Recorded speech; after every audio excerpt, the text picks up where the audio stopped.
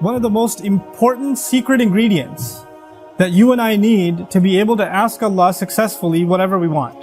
And we all have things we want. And those are secrets between us and Allah. But if you're really going to be able to ask in a way that you're truly hopeful that Allah Azza wa Jal will respond to what you're asking for, there are some things that have to be in place. And one of the most important things that the Quran keeps highlighting that has to be in place is that you and I have to ask Allah to forgive us first.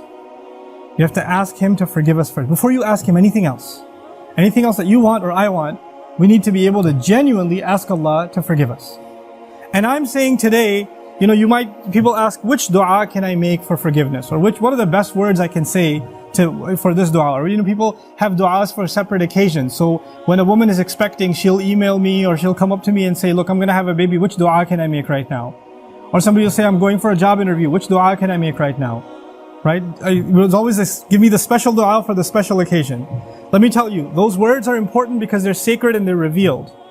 But the dua for all occasions is actually seeking Allah's forgiveness.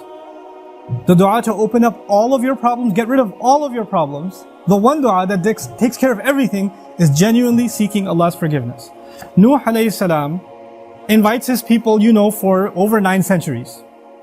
He's doing constant da'wah to them. And at the end of that career, he looks back and he summarizes the message that he was trying to give them. Of course, he didn't have one speech with them. He didn't talk to them once or twice. Laylan wa nahara, da'awtu qawmi laylan wa nahara. Night and day. He didn't even take nights off. He's constantly inviting them. And in a surah dedicated to his name, Surah Nuh, the surah of Nuh alayhi salam, he himself summarizes the entire message he was giving his people this whole time. What is it that I want from you? إِنِّي كُلَّمَا دَعَوْتُهُمْ لِتَغْفِرَ لَهُمْ. Every time I was inviting them, I was only inviting them, calling them to this faith, so you could forgive them, Ya Rab.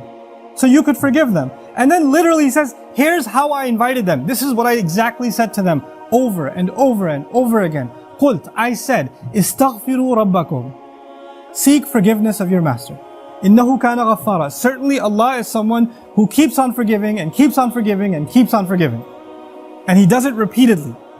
But what He says after that is so remarkable. He said, you people, and I need you to understand who He's talking to. He's talking to one of the worst nations in history. Nuh alayhi salam is described as one of the worst nations of all the nations. Places like Surah Al-Qamar, where Allah describes different nations, or even Surah Al-Dhariyat, Allah describes different nations of the past that rebelled against Allah, that rebelled against the prophets and were destroyed.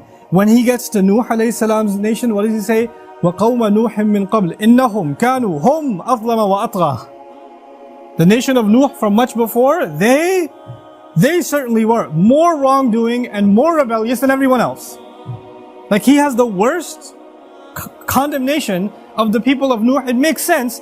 They had a messenger not for one generation like every other prophet.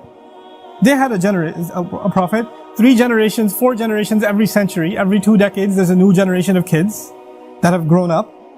And he's seen that century after century after century after century. He's seen 40, 50 generations of people. And they've all rejected Him. And He's making the same invitation to all of them. So the reason I brought this up is for a purpose. He's talking to very, very bad people. He's talking to the worst of the worst. What offer does He make to them? He says, استغفروا ربكم. Seek forgiveness of your master. إنه كان غفارا. He keeps on forgiving over and over and over again. You guys have been messing up over and over again. Allah keeps forgiving over and over again. But His offer doesn't stop there. He says, يُرْسِلِ السَّمَاءَ عَلَيْكُمْ مِدْرَارًا. يُرْسِلِ. It's actually Jawab al-Amr here. What that means is, if you seek His forgiveness, then Allah will open up the sky for you and it'll start pouring on you. Now that could be a reference to rain. That could be a reference to rain. And ironically, it's not a reference that you will get flooded. They did get flooded, right? They did get flooded, but Allah is talking about a different kind of rain now. If you seek forgiveness, that same rain that destroyed them will be the rain that brings them life. They didn't pray for rain. They didn't ask for rain.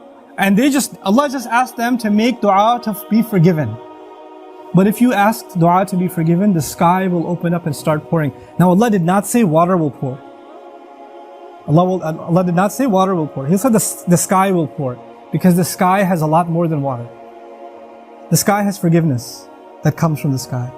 The sky has peace, tranquility, faith, your provision, the solution to your problems. They come from the sky. He will open the floodgates, and everything held from the treasures of Allah that you haven't been getting because you haven't been seeking forgiveness is going to open up. Just ask for forgiveness. You're asking to solve problem A, problem B, problem C. There are problems you don't even know you have. Allah knows that you have them. If you and I just became genuine people of seeking forgiveness, then those problems would start getting solved by divine intervention. يُرْسِلِ السَّمَاءَ عَلَيْكُمْ مِدْرَارًا. And that's not even enough. You're asking forgiveness for who? Yourself. اسْتَغْفِرُوا رَبَّكُمْ is seek forgiveness for yourself. He says, وَيُمْدِدْكُمْ بِأَمْوَالٍ وَبَنِينَ.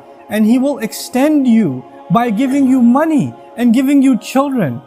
He will further your good legacy with money and kids. It's not even money that will lead you away from Allah, because it's in the context of you seeking forgiveness. He'll give you good money that will lead to you doing more good and benefit you in this worldly sense and in the akhirah sense. And He'll give you good children that will give you goodness while they're alive. They will respect you, show you love, obey you, make you proud. They will give you happiness when they're alive. And even when you're gone, they'll continue to do good deeds that become a continuous investment for you after you're in your grave. Allah will give you all of these things. By the way, this is the same two words, money and children. Later on, وَإِنَّهُمْ عَصَوْنِي وَاتَّبَعُوا مَنْ لَمْ يَزِدْهُ مَالُهُ وَوَلَدُهُ إِلَّا خَسَارًا. They disobeyed me, and they only followed the people whose money and his kids do nothing but cause them more loss. Money and kids are a means of loss. But when money and kids come from Allah, after you seek forgiveness, they become gain. See, it's the same money and kids. It's the same money and kids. The only difference is, now they have the blessing of Allah's forgiveness on top of them. It's like they were contaminated until Allah purified them with His forgiveness. Istaghfiru rabbakum. And look, seek Allah's forgiveness. What doesn't open up? The sky opens up in ways you can't imagine.